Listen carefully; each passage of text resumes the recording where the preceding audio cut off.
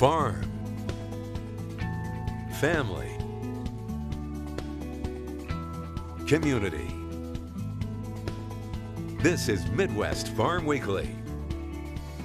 Good morning, I'm Elaine Wells, and thanks for spending part of your weekend with us here at Midwest Farm Weekly. In your news headlines, the USDA is out with some new projections for harvest totals in Wisconsin. Corn production is forecast at 535 million bushels. That would be down 3% from last year. Yields, however, are expected to average 182 bushels per acre, which is actually an increase over last year. Wisconsin soybean production is forecast at 114 million bushels. That's up 9% from 2023. The yield for that crop is also slightly up year over year. Taking a look at the national production numbers, corn nearly flat compared to 2023. Soybean production forecast at a record high, 4.59 billion bushels. The forecasts in this report, of course, are based on September 1st conditions, don't necessarily reflect weather effects since that time, and the Midwest is a tale of two tales, that is, right now. In Indiana, farmers say their crops are far too dry. They are well below an average year for rainfall. Parts of Ohio are now even classified as extreme drought. Some farmers are having to make their own rain with irrigation, and those fields look significantly better. But all of that man-made rainfall does come at a cost. Farmers say with commodity prices low, they were already working with pretty thin margins.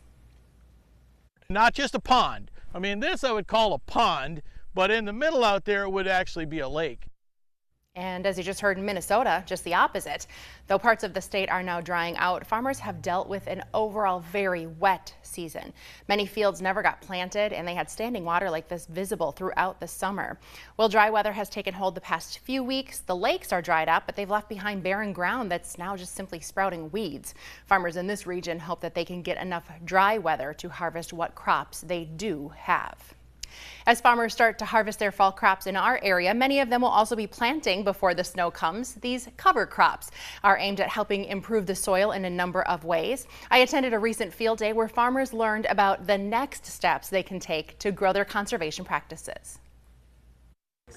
So now is providing that confidence, right, that we can put some of these conservation practices on the ground. So there is always that fear and risk of doing something new in our farming system. And so as we've gained knowledge and as we've gained experience over the last few years, there are some really excellent technical service providers, so some excellent agronomists, some excellent NRCS and extension personnel that have already gotten some of the kinks worked out. They've seen what's worked, what hasn't worked, and now are ready to give excellent advice on how to implement this in a variety of systems across the state as well as across the different soil types that we do have. For farmers who are already using cover crops, it's not just a one and done. We can always do just a little bit better, just tweak it just a little bit. So the key is to identify what your goal is, and the goal in this, maybe in this soil, was to create those soil aggregates, create that pore space, get better root growth. So building upon that system, once I get it started, right, figuring out how to get the next step, that new cover crop. So maybe we only had roots going up and down, figuring out which cover crops can give me roots side to side, or figuring out what my cropping system can do to get more cover crop roots longer in that soil profile. So it really is just tweaking it, understanding our goal, but realizing it's a never-ending process, right? But a positive never-ending process. We can always make it just a titch better. I asked Jamie about those roots that are growing sideways. She said sunflowers are a great option for that. There are some cost share opportunities available for farmers when it comes to cover crops, and your agronomist can help connect you with programs that are available. Farmers could be getting help from robots to control weeds. This one is called Spot. It's a robot that uses heat from a torch powered by propane to blast the weed. The aim is to weaken the root, preventing a quicker regrowth, which tends to occur with weeds that are physically cut back. It allows farmers to limit their pesticide use. It's something more consumers are looking for. The flames can also target so-called super weeds, which are becoming more resistant to conventional pesticides. Researchers say this could also be a way to address labor shortages in the industry, but it certainly comes at a cost. It's not really a technology problem.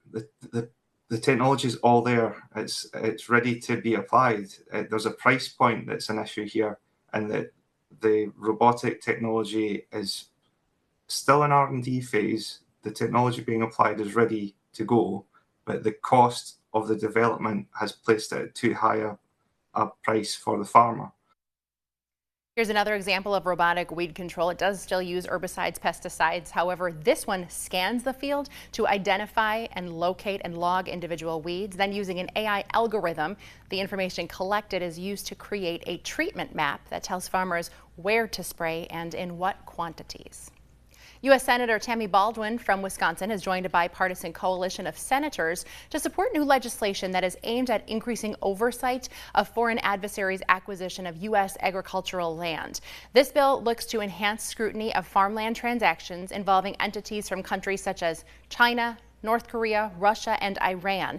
It requests to permanently add the Secretary of Ag to the Committee on Foreign Investment in the United States for transactions that would involve agricultural land, biotech, or the processing of agricultural products. There is a new partnership supporting farmer-driven solutions to environmental concerns. Wisconsin-based Grande Cheese is now collaborating with Farmers for Sustainable Foods. They are part of a program funded through the U.S. Department of Agriculture. The goal is to help farmers understand their impact on issues including greenhouse gases, carbon emissions, and water quality.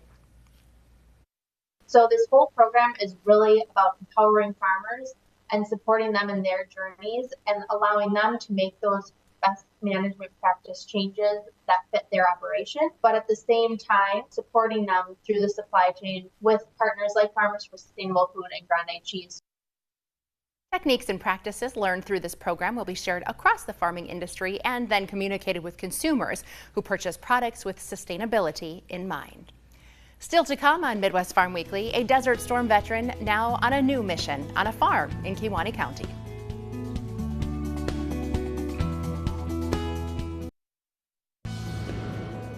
Farmers across Wisconsin are making progress on corn silage harvest. Our contributor Jeremy Hansen is here with an update on what he is seeing in life on the farm. Nice to see you in person, Jeremy. Yes, good morning, Milene. Busy time of year, not only for you, but of course all of your students as well.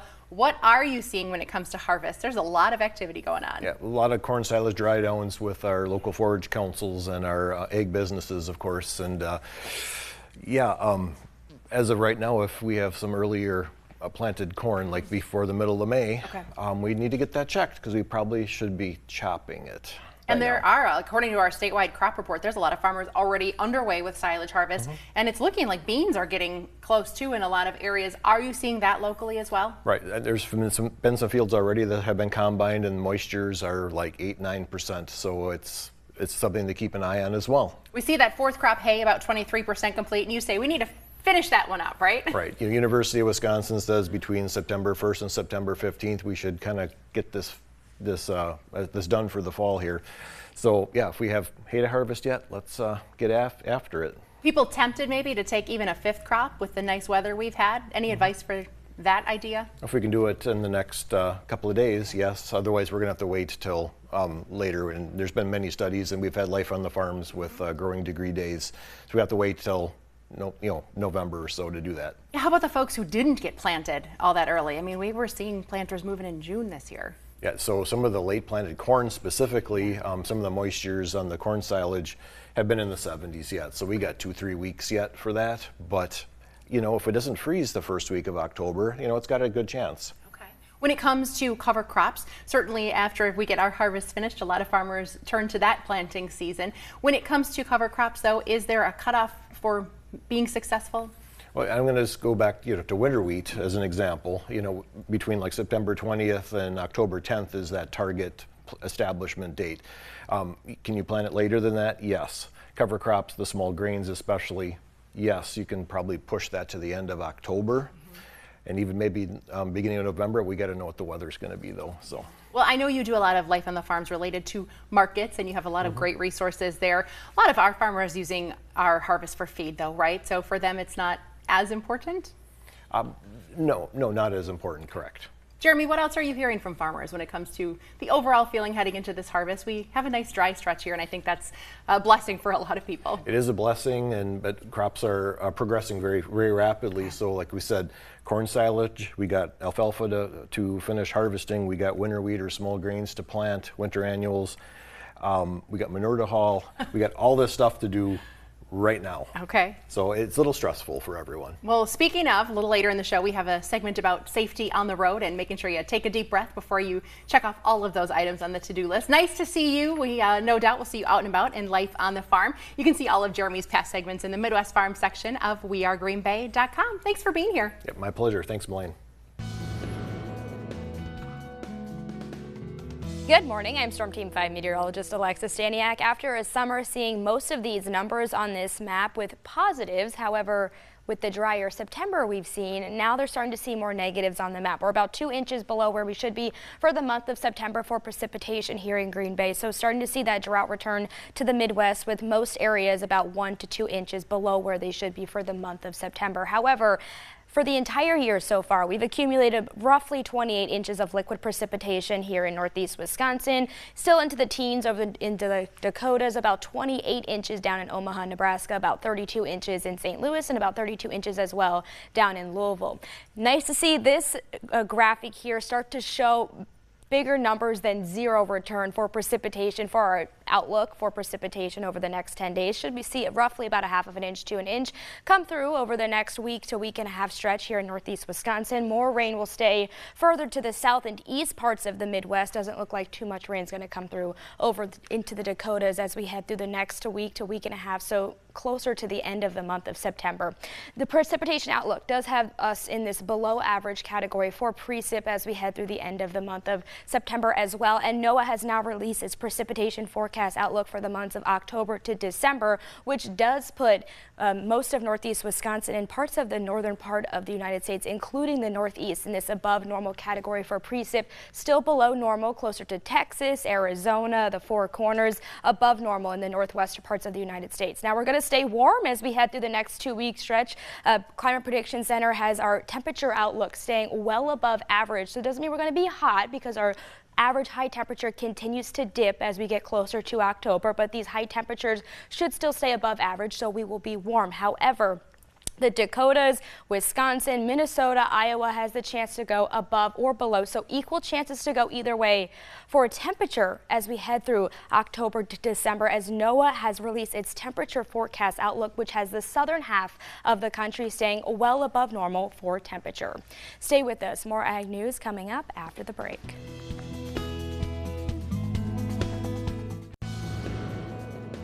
Welcome back. Our featured farm family this week is located in Kewaunee County. The Desert Storm veteran Richard Schleiss is now on a new mission down on the farm. I always wanted to raise our family in the country and teach them about nature and teach them about agriculture and farming with nature, and then it just kind of evolved from there. Desert Storm veteran Richard Schleiss applies the same get-the-job-done mentality from the military to operating a 185-acre farm along Town Hall Road in Kewaunee County. The name harkens back to when he first planted roots here, and the red garage also served as living quarters, or a garage house, or grouse for short. My father served in World War II. I had a brother in Vietnam, and I always wanted to serve my country, always give back to the community. The Army combat engineer served in Central America and the Middle East. After 2 tours, he changed his mind about making it a career and came back home to farm. Specifically, regenerative farming, which puts the environment first, and adaptive grazing practices that benefit water quality, back the way it used to be. Farming 300 years ago without any chemicals, pesticides, no herbicides. How I'm farming is animals and the environment and nature all work together. You know, you have the cattle that are eating the grass, putting their dung and urine back on the land, and then you have all the bugs and the microorganisms feeding those same plants that the cattle are eating. What are you looking for? Are you looking for some ribeye steaks or some New York sirloin? Red Grouse Farms operates a retail meat shop on the property. It's open to anyone. You can arrange through his Facebook page a pickup. Although he did share with me that he has a growing clientele of cancer patients and others who are immunocompromised. That have some type of health issue that want nutrient-dense, healthy food. What's so impressive is that Richard manages this farm on his own. His pride in country and love of country living now come full circle. I'm a grazing ambassador for Grassworks, so... He travels throughout the state sharing what he knows, but he seems truly in his element when out among the cattle. Just like a giant golden retriever. or in the fields. You can hear all that life, all them different crickets and frogs and birds over here. But if this was all just farmed, hay or corn, you aren't going to hear all that. His sprawling property is full of edible forage or plant materials and includes creating bird and other animal habitats. If you're moving the cattle enough, you're leaving enough residue or enough cover, you're creating habitat for songbirds. He says his time in the desert grew his appreciation of Wisconsin and how nature can help the service-weary soldier find peace of mind. All the experts tell you to get out if you're having problems, that you should get out and you can come out here and take a deep breath. Thank you to Michelle McCormack for that story. Red Grouse Farm also has a growing Facebook following, certainly because of Richard's photography skills, showing the changing seasons on the farm. Welcome back as fall harvest gets into full swing. This is National Farm Safety and Health Week. A reminder not only to the people who farm, but of course the community who shares the road with. A reminder to watch out, slow down, be careful. Local farmer Rachel Harmon is here. Nice to see you. You too. Why is this issue, not only as a farmer, as a mom, as a member of our community, important to you? Right. So safety is everybody's responsibility. I have 2 small kids at home, and you ask them what comes first, and they always tell you safety first. And I wish I could share that message with everybody as they share the road with farmers across the state, especially at this busy time. It is our top priority for our farmers to get home to our families, as well as those people out there maybe driving home from work or to the grocery store. It's everybody's priority, and we don't want safety to happen by accident. You sent a couple of pictures that were pretty eye-opening to me. People's stuff scattered on the road because somebody in that scenario wasn't paying attention. Yeah, people need to remember to slow down. There's a lot of things going on in front of you, especially with equipment. So both of those pictures show just how serious some of those crashes can be, and you're putting yourself in danger, probably your kids in danger, as well as the person in that equipment. They have a lot that they're watching out for. They're looking out for mailboxes, tree limbs, dogs on the side of the road, whatever it might be. So we need you as drivers to really look out for what's happening in front of you. I know anytime I have to make a left-hand turn into our farm or a field, it's nerve-wracking because people see you slow down and they're going to zip right around you. And that's really where problems can happen. Absolutely. So if you're driving your vehicle and you see a piece of equipment slowing down in front of you, just take a moment to pause. Let them figure out where they're going. A perfect example of this was I was hauling manure a couple years ago, and we have a passing zone in front of our farm. And somebody went to pass me on the left, and as they did that, my father-in-law had to grab my son because they would have swerved just far enough and would have hit him as I downshifted. So I would have seen my own child get hit right in front of my own eyes. So as I said, just take a moment and pause and let them get to where they need to get to. Farmers' responsibility in all of this too. We need to have our lights on. We need to have our reflective tape up to date. Absolutely. Make sure that your lights are working. Do a quick pre-check before you head out to the field, day, noon, or night. Make sure that your reflective signs are there and visible. You can always get new ones. It is a law that you need to have reflective materials on and flashers going as well. Make sure that you're just taking time to check over your equipment before you hit the road or the field. We reached out to Farm Bureau about this topic and we said, do you have anybody in our area? They said, we have just the perfect person, and we agree. You got to be very involved with Farm Bureau though because of advocacy just like this, right? Absolutely. So Farm Bureau is a grassroots organization that happens from your town, county, state level, all the way up to the national level. So I just ended my position as Door County Farm Bureau's vice president, on to bigger things where I'm going to be focusing on legislative things on the state level, as well as I just finished Partners in Advocacy Leadership through American Farm Bureau, where I can advocate for all of farmers across the country. And this has taken you some very interesting places, right? We have done a lot of traveling in the last 2 years that have gotten me out of Door and Kewaunee County. I competed in Puerto Rico a year ago in the national discussion meet where I placed in the Sweet 16, so really neat opportunity to get to do that.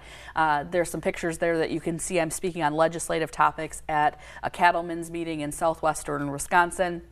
Traveled to Omaha, Nebraska, which doesn't seem like a very fun place. Omaha has really neat opportunities. And one of those pictures you can see is while we were in Washington, D.C., we got to visit the Brazilian embassy, which was really, really neat because our current foreign exchange student and our past foreign exchange student are from Brazil. Wow. So we really got to see, be on Brazilian soil in the U.S. Much like I feel about all farmers, I wonder how you find the hours in the day to accomplish all of this. But I think you said it best. You said take time, take a break in this busy season. It's okay to rest. Absolutely. So as we know, fall and harvest is one of the busiest season, if not the most detrimental when it comes to time. We need to get our harvest done while we can. We've always heard make hay while the sun shines. Well, we're going to make silage, we're going to do beans, we're going to do all of those things while we can. Yeah. So as a farmer, make sure that you're taking a moment, eat a good meal, take a nap, whatever you need to do so that you can make it home safely to your family. Well, we're going to take a moment too because the show's done. Thanks for being here, Rachel. Thanks, Molly.